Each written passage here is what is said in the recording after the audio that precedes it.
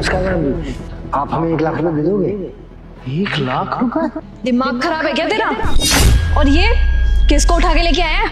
Madam जी, मैंने अपनी बेटी को ना पढ़ा लिखा कर कलेक्टर बनाना है, बस इसलिए आपसे 1 लाख रुपए मांग रहा हूँ। मैडम जी, बहुत उम्मीदों से आपके पास आया हूँ, दे दीजिए ना 1 लाख रुपए। बेटी को पढ़ाने के लिए तेरे को 1 लाख रुपए चाहिए?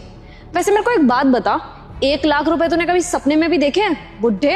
मैडम जी, मैं मानता हूँ मैंने जिंदगी में 1 लाख रुपए एक साथ नहीं देखे, लेकिन इस समय जरूरत है ना। देखिए, अगर आप 1 लाख रुपए दे देंगे ना तो मेरी मदद हो जाएगी, मेरी बेटी पढ़ लिख कर कलेक्टर बन जाएगी। अरे तू खड़े खड़े सपने देख रहा है क्या? जाग जा, सपने से बाहर आ। एक बार अपनी बेटी को देखियो, कहाँ से लग रहा है कलेक्टर बनेगी। ये कलेक्टर नहीं, किसी के घर की नौकरानी बनेगी। तो तू एक काम कर, इसको अभी से ना ट्रेनिंग पे लगा दे, क्योंकि तुम जैसे गार्ड की बेटी ना कलेक्टर नहीं बन सकती, किसी के घर की नौकरानी ही बन सकती है। मैडम जी, मेरी बेटी ना पढ़ने लिखने में बहुत होशियार है, बहुत अच्छी है। 4 साल से पढ़ा रहे हैं हम इसको। 4 साल से तू अपनी बेटी के ऊपर पैसे वेस्ट कर रहा है, इसीलिए तुम जैसे गरीब ना गरीब ही रहते हो। अगर तूने वही पैसे इन्वेस्ट किए होते ना तो अभी प्रॉफिट में खेल रहा होता, पैसों में खेल रहा होता। बेवकूफ आदमी, इसके ऊपर पैसा खर्च करके ना कोई फायदा नहीं है। खुद देख तू जरा अपनी बेटी को, देखने से तो गांव की गवार लग रही है, क्या ही पैसे वेस्ट कर रहा है इसके ऊपर। मैडम जी, मेरी बेटी गंवार नहीं है, वो क्या है ना कि हम लोग गांव से आए हैं तो सीधे साधे लोग हैं, सीधा साधा पहनावा है। और मैडम जी, आपको पता है हम अपनी बेटी को पढ़ा लिखा क्यों रहे? अरे मेरी बेटी ना 10वीं में ना बहुत अच्छे अंक लाई थी और 12वीं में तो उसने टॉप किया था, टॉप। इसके स्कूल के मास्टर जी मुझसे कहते थे कि अपनी बेटी को खूब पढ़ाना लिखाना, देख लेना एक दिन तुम्हारी बेटी बहुत कामयाब होगी, बहुत तरक्की करेगी।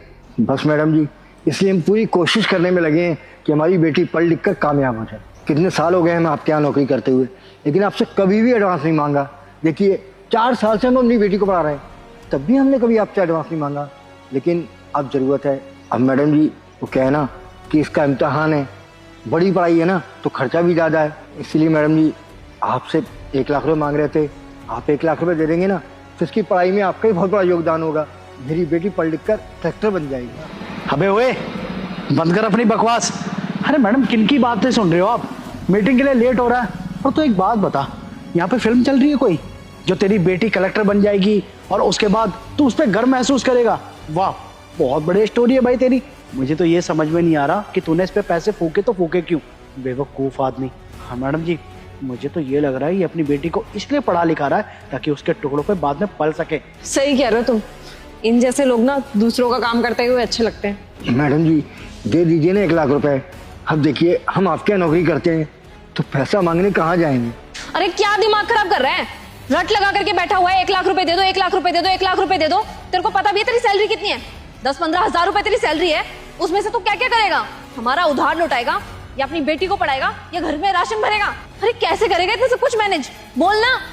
मैडम जी, आप पैसों की चिंता बिल्कुल मत कीजिए, हम यहाँ के अलावा 3 काम और पकड़े हुए हैं। जैसे हम यहाँ पर गार्ड का काम करते हैं ना, वैसे कहीं और भी रात की ड्यूटी ले रखी है हमने गार्ड की नौकरी की। उसके अलावा मैडम जी, हम ना सुबह 4 बजे अखबार बांटने जाते हैं और उसके बाद 6 बजे घर घर दूध भी पहुँचाते हैं। हम बहुत मेहनत कर रहे हैं अपनी बेटी की पढ़ाई के लिए।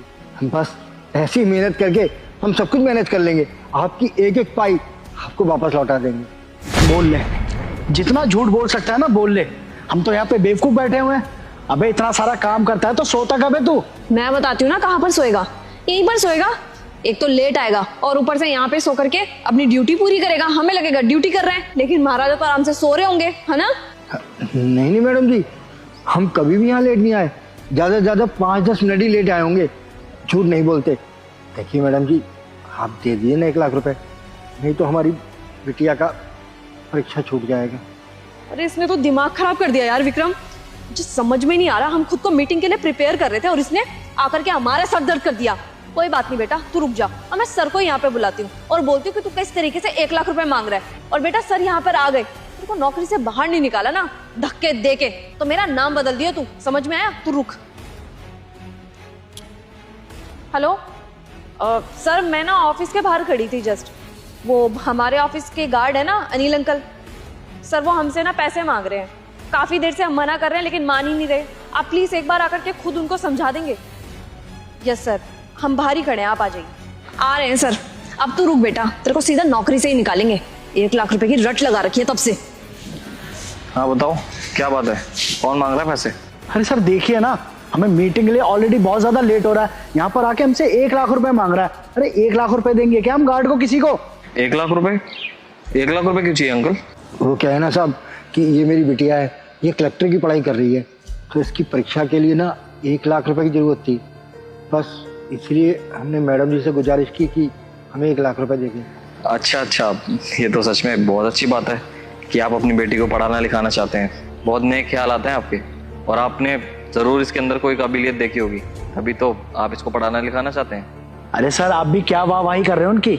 अरे चिकनी चुपड़ी बातें करके फंसाते हैं ऐसे लोग। आपने कभी सुना है कि एक सिक्योरिटी गार्ड की बेटी कलेक्टर बन गई है? बेवकूफ बना रहा है और कुछ नहीं, पैसे वैसे लेके भाग जाएगा ऑफिस से, दिक्कत हो जाएगी आपको। सर विक्रम बिल्कुल ठीक कह रहा है, आप थोड़ा तो लॉजिकली सोचिए ना, क्योंकि अगर आप इसको पैसे दे दोगे और ये पैसे लेकर के भाग गया, फिर इनका कोई घर या कोई ठिकाना तो होता है नहीं कि इनको ढूंढ लो। बताओ सर, पहले तो लोग ऐसे ही फ्रॉड करते थे, ऐसे ही लूटते थे, और अब पढ़ाई के नाम पे लूट रहे हैं। अच्छा, तो अब तुम मुझे सिखाओगी कि मेरा कहाँ नुकसान होगा और कहाँ मुनाफा? देखो अपने काम से ना काम रखो, ठीक है? वो मेरे एम्प्लॉयज़ हैं, मेरे पास से पैसे नहीं मांगेंगे तो और कहाँ से मांगेंगे?